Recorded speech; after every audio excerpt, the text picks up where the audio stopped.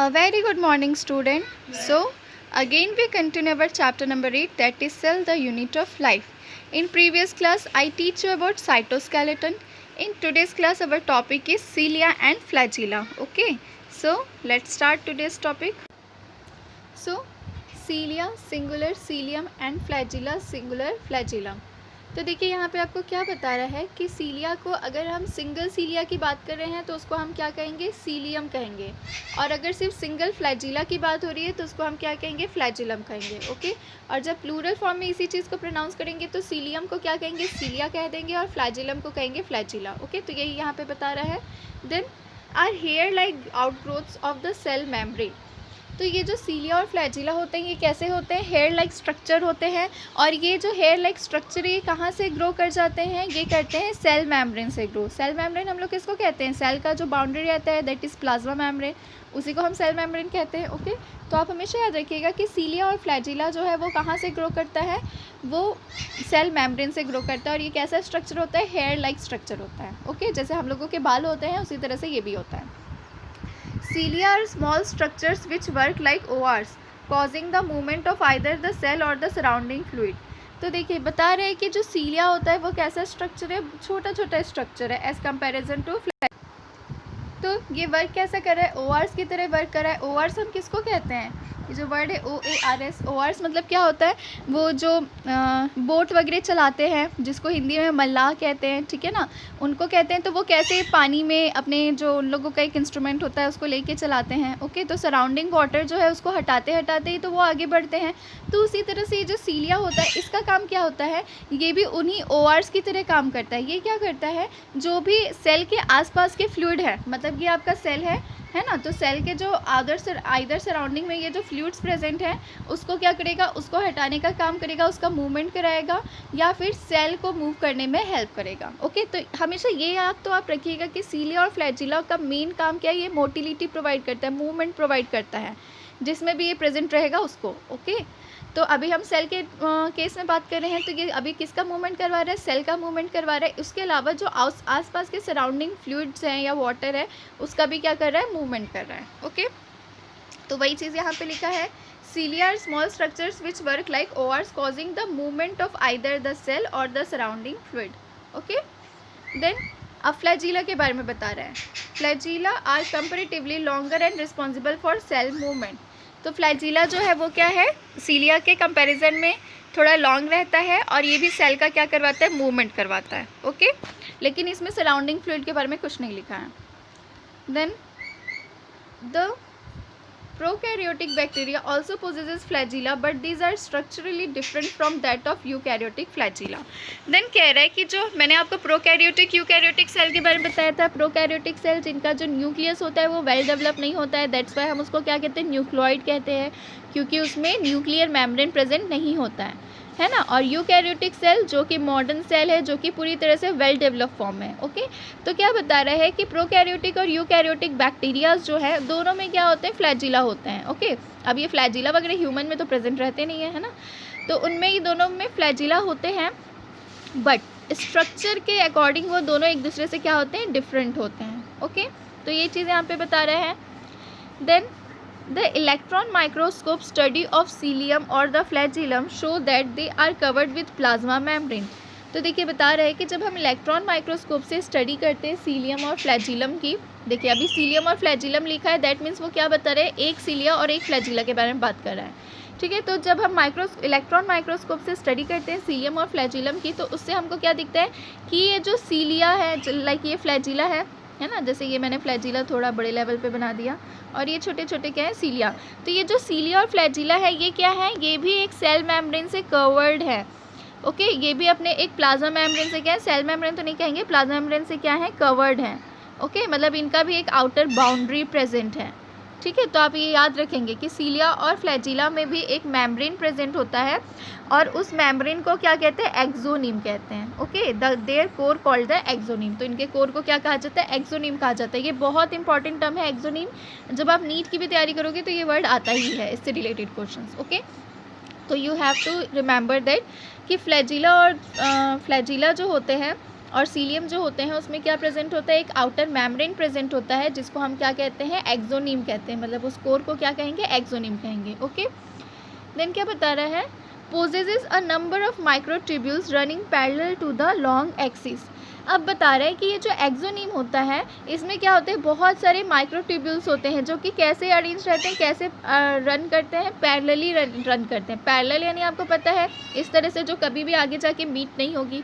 तो अगर हम इसके केस में बात करें तो वो पैरेलल कैसा होगा, कुछ इस तरीके से। अब ये सर्कल जो है ना, तो यहाँ पे आपका क्या होगा, वो पैरेलल होगा।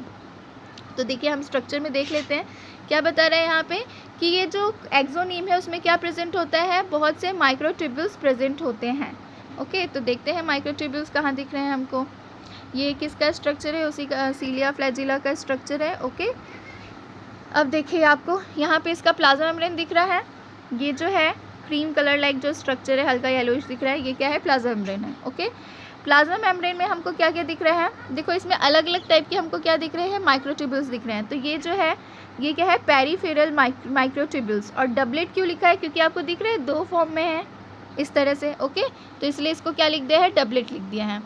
देन ये माइक्रोट्यूब्यूल जिससे जुड़े हुए हैं उसको क्या कहते हैं, इंटर डबलेट ब्रिज कहते हैं। यहाँ आपको दिख रहा है ग्रीन कलर के लाइन से माइक्रोट्यूब्यूल्स जो हैं वो जुड़े हुए हैं एक दूसरे से, तो उनको हम क्या कहते हैं, इंटर डबलेट ब्रिज कहते हैं। ओके, देन बीच में आपको जो रेड कलर की लाइनिंग दिख रही है that is what, that is central sheath.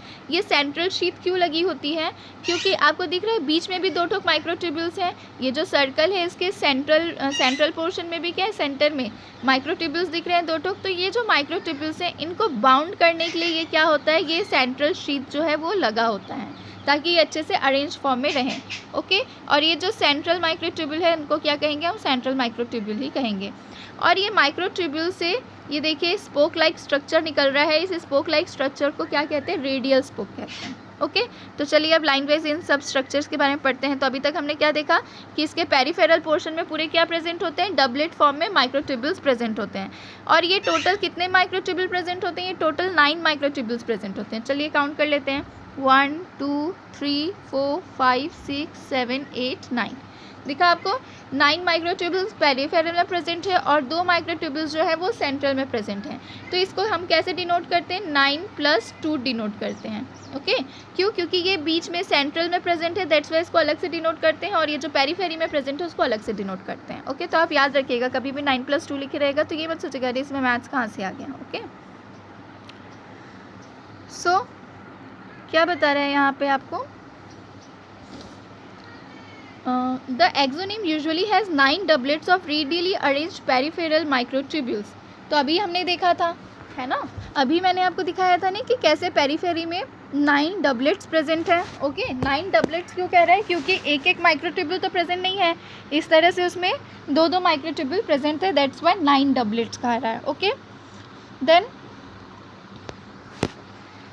And the pair of centrally located microtubules. और एक पेयर में क्या प्रेजेंट है, सेंटर में माइक्रोट्यूब्यूल्स प्रेजेंट है। तो हमको तो दिखा ये स्ट्रक्चर में किस तरह से माइक्रोट्यूब्यूल्स अरेंज थे, ऐसे इस तरह से सर्कुलर फॉर्म में पेरीफेरी में टोटल 9 जो माइक्रोट्यूब्यूल्स हैं वो अरेंज थे, है ना, और बीच में इस तरह से 2 माइक्रोट्यूब्यूल्स अरेंज थे। तो इसको हम कैसे दिखते हैं, लिखते हैं 9+2। ओके, तो वही चीज़ आपको यहाँ पे बता रहे हैं। Such an arrangement of axonemal microtubule is referred as 9+2 array. Okay, तो वही लिखा है कि ये जो एक्सोनिमल माइक्रोट्यूब्यूल्स हैं इसको क्या कहते हैं, इसको कैसे रिफर करते हैं, कैसे डिनोट करते हैं, 9+2 एरे से। एरे क्या है, उसका यूनिट है। Okay, then the central tubules are connected by bridges and is also enclosed by central sheath which is connected one of the tubules each peripheral doublets by a radial spoke. तो same जैसा हमने अभी structure में देखा वही चीज़ यहाँ पे बता रही है कि जो सेंट्रल ट्यूब्यूल्स है वो किससे कनेक्टेड रहते हैं, ब्रिज से कनेक्टेड रहते हैं और एक शीट से इंक्लोज रहते हैं। उस शीट का नाम क्या था, सेंट्रल शीट, जैसे कि अभी हमने स्ट्रक्चर में देखा, एक बार और हम देख लेंगे। और ये जो कनेक्टेड बाय ब्रिजेस, तो ब्रिजेस तो हमको दिखे ना, देखे ब्रिज देख लेते हैं हम। ओके, तो देखो यहाँ पे भी एक ब्रिज है, ये भी इसका ब्रिज है, और उसके अलावा ये सब जो है जो मैंने पिंक लाइन से बना दी है जो कि ग्रीन में था बुक में आपके, ये जो है ये भी क्या है, ब्रिज है, जो कि पूरे माइक्रोट्यूब्यूल्स को एक दूसरे से इंटरकनेक्ट करके रखा हुआ है। और ये जो है ये आपका क्या है, सेंट्रल शीथ है। तो वही चीज़ के बारे में बता रहे हैं आपको यहाँ नीचे। Okay,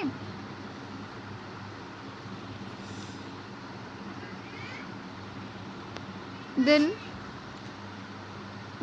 there are 9 radial spokes. तो उसी तरह से हम कह सकते हैं 9 रेडियल स्पोक्स हमको दिख रहा था ना, इस तरह से डबलेट फॉर्म में माइक्रोट्यूब्यूल्स थे तो उसके ऊपर इस तरह से स्पोक लगा हुआ था, ठीक है। तो 9 माइक्रोट्यूब्यूल्स हैं तो 9 स्पोक भी रहेंगे क्योंकि सबके ऊपर एक एक लगा हुआ था। The peripheral doublets are also interconnected by linkers. अब ये जो पेरिफेरल डबलेट्स हैं ये भी एक दूसरे से कैसे कनेक्ट रहते हैं, लिंकर के थ्रू कनेक्ट रहते हैं। तो अभी हम देखेंगे वो लिंकर को। Both the cilium and flagellum emerge from centriole like structure called the basal body. अब देखिए बता रही कि जो सीलियम और फ्लैजिलम है ये कहाँ से इमर्ज आउट होते हैं, तो ये कहाँ से होते हैं, सेंट्रियोल से। सेंट्रियोल इसके नेक्स्ट वीडियो में मैं आपको पढ़ाऊंगी। सेंट्रियोल जो होता है ये सेल डिवीजन के टाइम पे यूज़ होता है इसका, और सेंट्रियोल जो है वो हमेशा किस में प्रेजेंट होता है, केवल एनिमल सेल में ही प्रेजेंट होगा, प्लांट सेल में सेंट्रियोल प्रेजेंट नहीं होता है। ओके, तो इस चीज़ को आप याद रखेंगे। ये एक मेजर डिफरेंस है प्लांट और एनिमल सेल के बीच में, जो कि मैंने आपको पहले भी पढ़ाया था, ओके, जब हम प्लांट और एनिमल सेल पढ़ रहे थे। तो ये था आपका सीलिया और फ्लैजिला का पूरा। एक बार और हम इसको रीड आउट कर लेते हैं कि हमने क्या क्या देखा। तो देखिए डायग्राम से ही देख लेते हैं।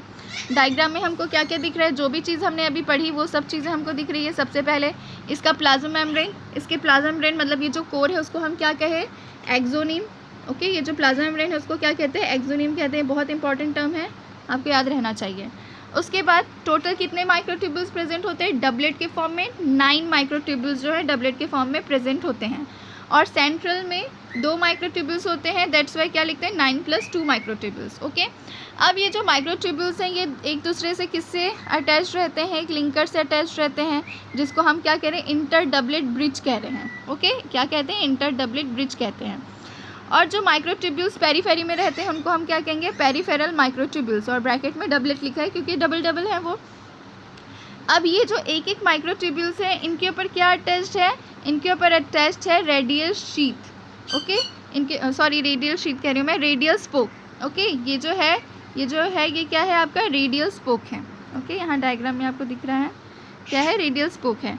और बीच में जो माइक्रोट्यूब्यूल है उसको हम क्या कहते हैं, सेंट्रल माइक्रोट्यूब्यूल। ये सेंट्रल माइक्रोट्यूब्यूल एक शीथ से इंक्लोज रहता है, उस शीथ को हम क्या कहते हैं, सेंट्रल शीथ कहते हैं।